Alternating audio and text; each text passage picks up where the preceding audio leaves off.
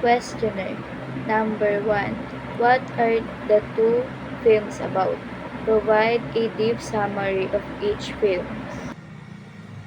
Akira Kurosawa famous Japanese film Rashomon, 1950, explored the nature of truth and human perception. The plot revolved around the murder of a samurai and the assault on his wife in the forest. The four witnesses, the first one is the robber, his wife, samurai, and woodcutter, provide contradictory description of events. Amelie is a no ordinary young woman. She is a waitress in Paris bar. Amelie observes people and lets her imagination roam. Question number 2. Research on both films maker and about their background in films making. Briefly discuss about their craft and contribution to filmography. Amelie 2001, directed by John Peters. Backgrounds include animation and short films, while he and his collaboration Mark Cora directed award-winning animation and their transition to live-in action film. Kurosawa was a 40 years old director at the beginning of his career, which would span 50 years and lead to him beginning come of the most influential filmmaker in the world. Kurosawa co-wrote the screenplay with Shinobu Hashimoto. Production began in 1948 at Toho but was cancelled due to perceived financial risk and film eventually picked up the project. Question number 3. Provide a visual explanation on how the film were shot, made, and edited. What visual appeal and editing were added into both films in order for it to support his story? Were they effective? How? Yes or no? Support your claim by providing screenshots from each films and explain why they were so. Amelie, editing. It figures close-up shot, jump cut scenes, and narration to enhance the film and unique storytelling. Effectiveness. Yes, because it's string and films joyful, excitement, and magical films. This is the way to keep the audience enhanced in the film flow. Cinematography. The film used vibrant color, light red, yellow, and green. Rashomon. Editing. It employed a non-linear narrative, the black and white color, various camera angles, and tension. Effectiveness. Yes, because it reinforced the films of conflict. In the truth, this is important as it shows how a story can change depending on different characters. Cinematography. This film is white and black with high contrast.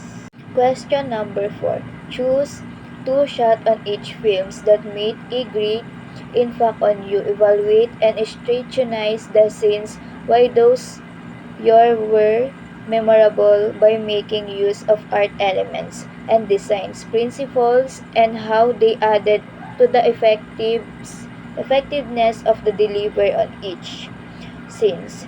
Rather, commentaries may be added in regards to emotions and personal interpretation.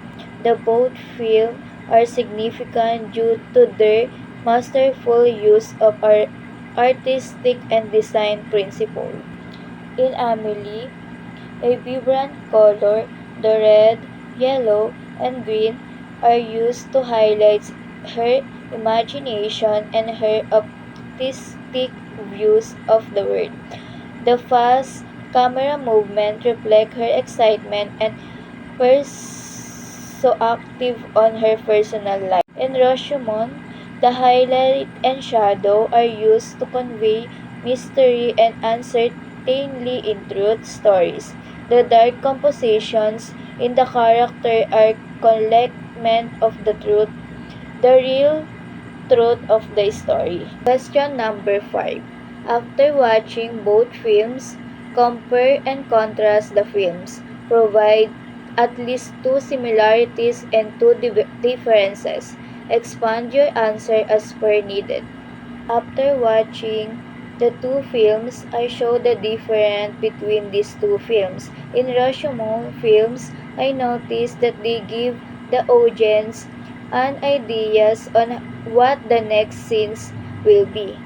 This films is different compared the Amelie films because its story revolved around the murder.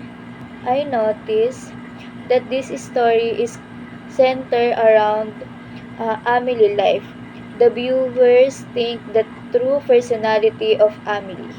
I admire Amelie bravely in these films. She made the other character completely oblivious. Each of these films is become more meaningful. Question number 6. In modern day, filmography with CGI and visual effect often added to make visual appealing films to enhance its audience.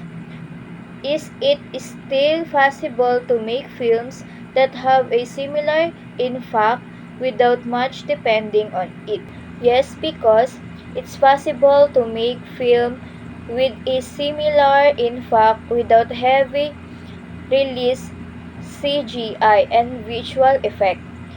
In storytelling, they use the narrative and the well-developed character that can audience feel the visual effect of these films.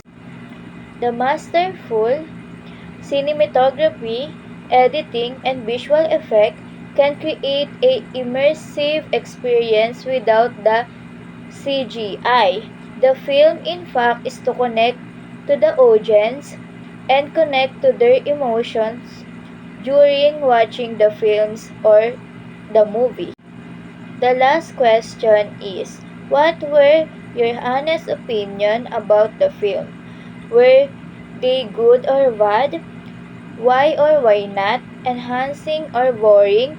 Expound your answer. My opinion about the Amelie films is beautiful and will teach you to be brave in everything. But there is a scene that I don't like it because this scene is all about sexual sin.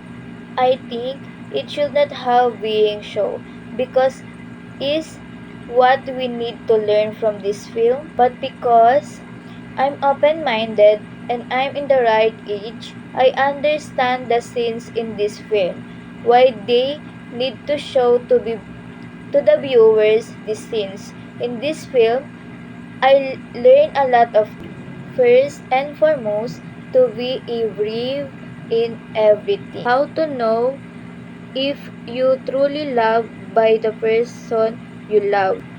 How to love other people and how to do everything to get or achieve what you desire.